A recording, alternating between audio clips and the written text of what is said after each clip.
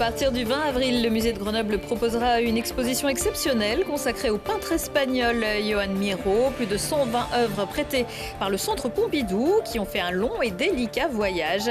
Le célèbre triptyque des Bleus vient tout juste d'être accroché. Des nouveautés en matière de tarification des transports en commun, puisqu'à compter du 1er septembre, vous pourrez voyager sur le réseau MTAG de la métropole et le réseau Tougo du Grésivaudan avec le même titre de transport. Même si le prix de certains tickets va un peu augmenter, les cartes de 10 voyages notamment. Et puis à quelques semaines des élections européennes, on ira faire un tour à Bruxelles et à Strasbourg grâce à José Bové et Antoine Rimbaud. Le réalisateur et le militant écologiste, ancien député européen, viendront nous parler du film Une affaire de principe, présenté en avant-première au Méliès ce vendredi soir. Bonsoir à tous, ravi de vous retrouver dans ce JT du vendredi 12 avril 2024. Du lundi au vendredi à partir de 18h, l'essentiel de l'actualité du Grand Grenoble. 3 couleurs bleues choisies pour illustrer l'affiche de la prochaine exposition du musée de Grenoble. L'une des pièces des 3 bleus de Joan Miró a rejoint ses petites camarades sur les murs immaculés ce vendredi matin, où le ciel avait la même couleur que l'étoile. Des chefs-d'œuvre très importants dans l'histoire de l'art, également par la taille, 2,70 m par 3,55 m, un prêt du Centre Pompidou à Paris, comme le reste des 120 pièces de l'exposition. On assiste à une opération délicate qui consiste en l'accrochage d'un des grands bleus de Miró, qui est un des chefs-d'œuvre de l'artiste, peint en 1961. On est ravis ici de pouvoir effectivement représenter ses œuvres. Nous avons donc listé toutes les problématiques, tous les aspects sensibles, les attendus pour ce qui est des emballages, puisque chaque œuvre a son propre emballage, sont des emballages spécifiques qui sont réalisés par des sociétés spécialisées. Donc une fois que tous ces aspects purement pratiques sont définis, j'ai donc eu en charge la gestion du transport, donc avec le choix d'un transporteur dédié, spécialisé. Le désir d'une exposition Miró est né il y a déjà très longtemps au musée de Grenoble, avec notamment le souhait de Guy Tossato, ancien directeur du musée, de vouloir une exposition de l'un des plus grands artistes du XXe siècle, Joan Miró. Et donc c'est ce temps long qui a servi d'une certaine manière à préparer depuis au moins 2 années cette arrivée de Miró à Grenoble. L'exposition Miró, un brasier de cygne, sera ouverte au public du 20 avril au 21 juillet. Le SMAG continue d'abolir les frontières à compter du 1er septembre. Les métropolitains pourront se rendre sans surcoût dans le Grésivaudan et les habitants du Grésivaudan n'auront besoin que d'un seul ticket pour rejoindre la métropole. Certaines lignes gérées par la région font aussi partie du voyage. À l'avenir, le Pays Voironnais pourrait suivre. Une décision actée jeudi lors du conseil du syndicat mixte des mobilités de l'aire grenobloise. Mais attention, des augmentations de tarifs sont également prévues à la rentrée concernant ceux qui n'avaient pas été concernés en février. La carte 10 voyages passera par exemple de 15,70 € à 16,70 €. Une excellente nouvelle donc pour le président du Grésivaudan et vice-président du SMAG, Henri Bell, qui s'interroge aussi sur d'autres modes de transport en commun. Le métrocable par exemple, qui a reçu récemment un avis défavorable de la commission d'enquête. En attendant la décision du préfet, des opposants au projet organisent une vélorussion samedi à partir de 14 h entre Saint-Martin-le-Vinoux et Fontaine. Mais pour le maire de Saint-Imier, invité du QG politique cette semaine, cela ne suffira pas à freiner la poursuite du projet. Ce qu'on peut regretter, c'est la lourdeur des procédures. Et on s'aperçoit que pour arriver à faire aboutir des projets qui semblent pertinents par rapport justement à la décarbonation, par rapport à la fluidification des modes du transport pour nos concitoyens, on se heurte à une foule de contraintes qui sont des fois un peu démoralisantes pour ceux qui entreprennent. Mais non, je ne pense pas que ce soit la fin justement du projet. Simplement, c'est une contrainte supplémentaire sur la réalisation du projet. Un QG politique dans lequel il sera également question de l'élargissement de ST Microelectronics à Crolles. Vous avez entre 16 et 30 ans et vous cherchez un job pour cet été. Info Jeune 38 organise un forum sur cette thématique samedi après-midi à l'Hôtel de Ville de Grenoble. N'oubliez pas votre CV pour l'entretien avec les entreprises et partenaires présents, avec aussi des infos sur le logement, la mobilité et le droit du travail. Et pour ne pas être contraints de chercher du boulot à la fin de la saison, les joueurs du GF 38 vont devoir sortir de la spirale de la défaite. La dernière, c'était à Paris le week-end dernier. Lundi soir, les Grenoblois, actuellement 11e du classement de Ligue 2, recevront le leader Angers. Coup d'envoi à 20h45 au Stade des Alpes. Sonrigo et Sanyang suspendus. Si je vous dis Olaf et Papa Schulz, vous vous dites peut-être que le film dont il va être question à présent risque d'être une joyeuse partie de rigolade. Eh bien, pas tout à fait.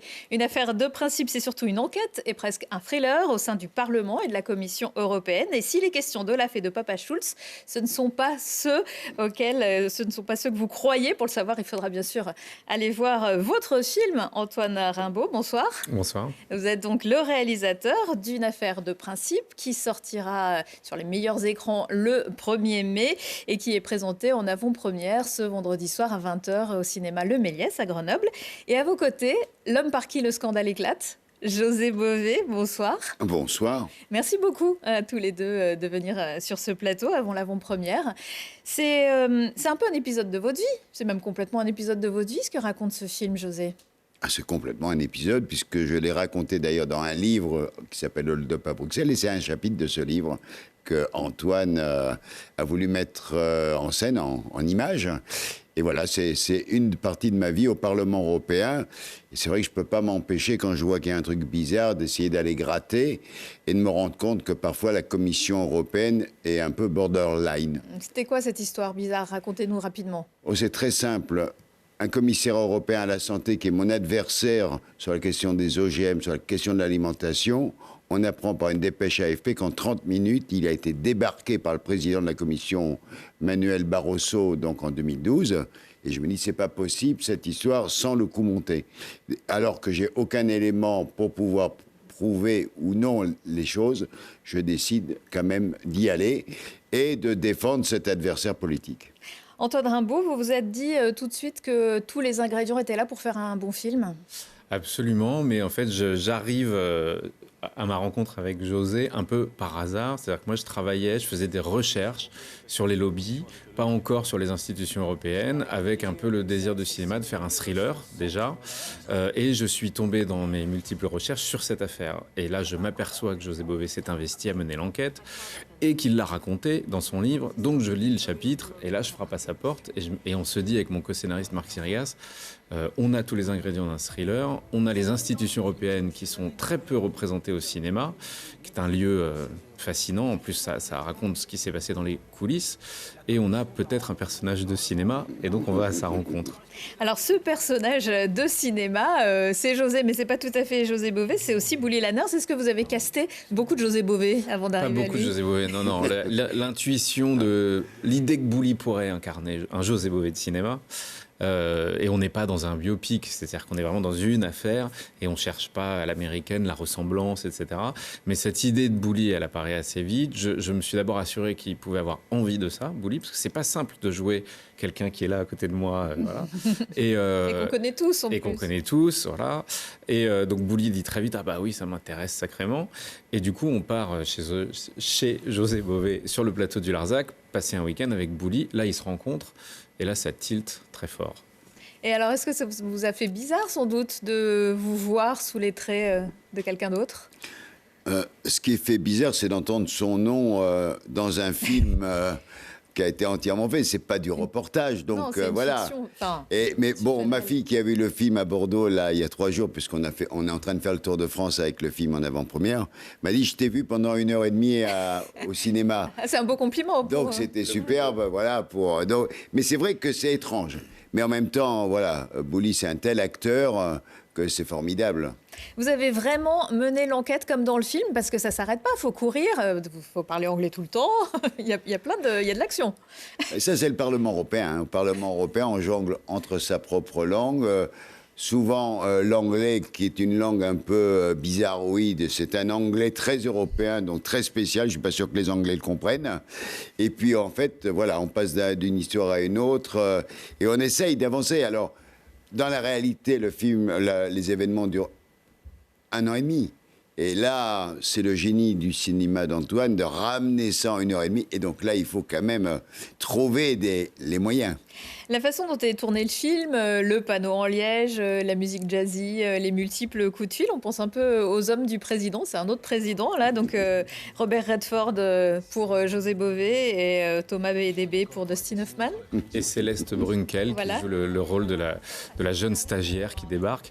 Bon, Les Hommes du Président, c'est un monument absolu de ce type de film. Mais c'est vrai qu'on est dans ce type de film. C'est-à-dire un film d'enquête qui avance par le dialogue, dans un environnement qui a ses propres codes, avec ce plaisir de mener l'enquête nous aussi spectateurs. C'est-à-dire que ces films dont on n'a pas complètement les codes, ça vous mobilise terriblement en tant que spectateur. Donc on essaye de faire un thriller. La particularité, c'est d'abord les institutions européennes, comment on représente ce terrain de jeu, et ensuite, et on apprend donc les codes de ces lieux-là, et ensuite c'est des parlementaires qui mènent l'enquête. Moi, j'ai pas vu beaucoup de héros de cinéma parlementaires. Alors c'est à la fois José Bové et ceux qu'il surnommait ses co-députés, qui sont donc ses assistants parlementaires, et on a là 3 générations, la soixantaine, la quarantaine pour le personnage qu'interprète Thomas Bédébé, et la vingtaine, cette jeune Clémence qui vient apprendre, et puis ensuite les bousculer, et puis presque prendre le lead de cette équipe. Certains disent que c'est ennuyeux, l'Europe, mais pas du tout. Quand on voit le film, il se passe plein de trucs. Alors moi, je ne sais même pas comment on peut dire que l'Europe est ennuyeuse. Déjà, l'idée même européenne est déjà assez fantastique parce que il y a beaucoup de gens qui détestent l'Europe, et notamment les empires. La Chine déteste l'Europe, la Russie déteste l'Europe, et les États-Unis auraient préféré que l'Europe n'existe pas. Donc, c'est un challenge de créer une démocratie de 500 millions d'habitants où les élus sont élus à la proportionnelle et puis où on construit au fur et à mesure. Et chaque fois qu'il y a une crise, alors soit extérieure, soit interne, eh ben, il faut recréer, réinventer des outils. Donc on ne s'ennuie pas. Et puis, c'est vrai qu'il y a des conflits d'intérêts. Donc là, on en a parlé d'un. Oui, parce que ça ne donne pas forcément une bonne image des institutions. Mais en fait, c'est les gens qui font l'institution. Exactement. C'est jamais les institutions Voilà. le problème. C'est ce que dit le personnage. C'est un des personnages. Mais en même temps, c'est que voilà, ce il faut sont les- imaginer, parce que là, actuellement, on est en train de travailler surtout, enfin, ils sont en train de travailler sur un grand projet de contrôle des institutions. Et puis, pam, il y a 3 jours, éclate un nouveau scandale, certainement sur de l'argent qui aurait été distribué à des députés européens pour soutenir la Russie, ou en tout cas pour faire de l'intox pro-russe. Voilà, donc ça, c'est encore une nouvelle histoire. Mais c'est parce que l'Europe, c'est le lieu où les choses se passent, où les rapports de force peuvent se faire avec le reste du monde, mais aussi pour le réchauffement climatique, pour lutter contre... C'est là où sont tous les enjeux. Donc c'est important de créer ces outils au fur et à mesure. Et c'est important d'avoir un levier aussi en tant que citoyen. Et ça, c'est le sur ces Parlement institutions. européen qui est le levé. Donc le petit mot sur les élections européennes qui auront lieu le 9 juin. Vous avez été député écologiste. La liste menée actuellement par Marie Toussaint n'est créditée que de 6% dans le dernier sondage. Les Verts ont appelé à la rescousse récemment des anciens pour figurer en position non éligible, comme Eva Joly, Yannick Jadot ou Noël Mamère. Est-ce que vous avez été sollicité ? Non, je n'ai pas été sollicité parce que j'ai jamais été adhérent, mais ce n'est pas la question. C'est que là, moi, je fais une campagne déjà pour appeler les gens à aller voter. Et c'est pour ça que ce film sort le 1er mai. Et deuxièmement, je suis là pour défendre l'idée de l'Europe de manière générale. Alors, il y a des listes pro-européennes. Évidemment, les Verts en font partie. Et depuis toujours, les écologistes ont été pro-européens, pour une Europe démocratique, écolo, solidaire. Mais il y en a d'autres. Et donc, moi, mon rôle, à l'heure qu'il est, c'est vraiment de faire cette campagne-là. Antoine Rimbaud, il y avait bien d'autres chapitres dans le livre de José Bové. Ça fait d'autres idées de films, peut-être Les Ingérences au Maroc. Oui, il y a beaucoup d'histoires à raconter. Bon, déjà, on a fait ce film précisément pour aller explorer ces espaces et ces protagonistes et essayer de donner une autre représentation de l'Europe, parce que c'est clé, la représentation. Il y a pas de représentation au cinéma de ces institutions. Il y a une série qui a été diffusée sur Arte. qui est très bien, mais qui est plus du côté de la satire et du décalage, qui donne un peu à voir. Là, effectivement, c'est des faits réels. On a gardé les noms, donc on parle de José Bové, mais aussi de José Manuel Barroso. Donc c'était il y a 10 ans. On a ce petit décalage aussi, cette distance de sécurité qui nous permet de raconter cette histoire, même si il y a encore des zones d'ombre. On vous a, suite à ce film, vous avez été interpellé peut-être par des acteurs malgré eux du film? Vous n'avez pas eu de pression de lobby? Non, pas encore. On n'est pas sous le feu des lobbies encore. Il n'y a pas de raison qu'on le soit. Ça serait un peu... On est à Bruxelles la semaine prochaine et à Strasbourg la semaine d'après. Donc, on va bien voir. C'est là où ça va être vraiment... On va voir s'il y a un débat. S'ils remettent en cause. Dans la salle, Et voilà, c'est le mystère. En tout cas, je vous encourage vivement à aller vous glisser dans la salle du Méliès ce vendredi soir à partir de 20h pour voir votre film, Une affaire de principe. Merci beaucoup. Merci. Vous allez voir, on va encore parler un petit peu d'agriculture. D'autres rendez-vous ce week-end, à commencer par le retour de Quand j'étais petit, qui fait se rencontrer des enfants et des personnages âgés. 6 nouveaux personnages ont été mis en boîte par Sophie Loridon et les films du Petit Prince avec le financement du Fonds d'appui pour des territoires innovants un senior. En attendant leur passage sur Télé Grenoble, vous découvrirez 2 générations d'agriculteurs dimanche à 16h à la salle polyvalente de Muriennette. Le plus vieux, Mauro Nikilo, fête ses 100 ans. On va les regarder. Tout était labouré à la main. J'ai jamais vu, à mon époque, quand j'étais encore au moins jusqu'à 15 ans, hein, j'ai jamais vu un outil de laboration.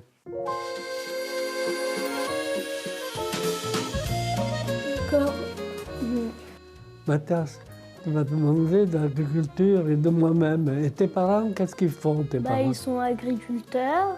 Vous avez des bêtes aussi? Oui, on a des vaches. Combien? Je sais pas. Peut-être, je crois j'en ai dans les 60 ou 70. Tant que ça? C'est pas beaucoup pour maintenant, c'est pas beaucoup. José Bové, vous avez été paysan. L'agriculture que vous avez connue, elle n'a plus grand-chose à voir avec celle d'aujourd'hui? Ou ça revient un peu? Écoutez, moi, quand je me suis installé en 1975. J'ai démarré à zéro parce que sur la ferme, les terres avaient été à l'abandon. Et voilà. Et donc, aujourd'hui, il y a des jeunes. Quand je suis arrivé au Parlement européen, j'ai cédé ma ferme. Et ce sont 2 agricultrices qui ont pris la suite, qui ont des brebis, qui traient, qui font le fromage. Et la petite particularité de notre hameau, on est 14 habitants dans le hameau, il y a 2 fermes. Et ce ne sont que des femmes. D'un côté, il y a 2 agricultrices qui font les brebis, qui ont repris mon exploitation. Et de l'autre côté, une jeune agricultrice qui fait des bovins viande. Tout ça est évidemment en vente directe. Donc c'est superbe parce qu'en fait, voilà, on ne change pas simplement de génération, mais aussi le métier est ouvert à tout le monde. Et moi, j'incite vraiment tous ceux qui veulent s'installer en agriculture. Voilà. C'est un art de vivre, ce n'est pas un métier simplement. Merci beaucoup, ça fait une belle chute. Merci beaucoup. Retour de l'actu dans 1 heure et en replay sur télégrenoble.net. Belle soirée et excellent week-end à tous.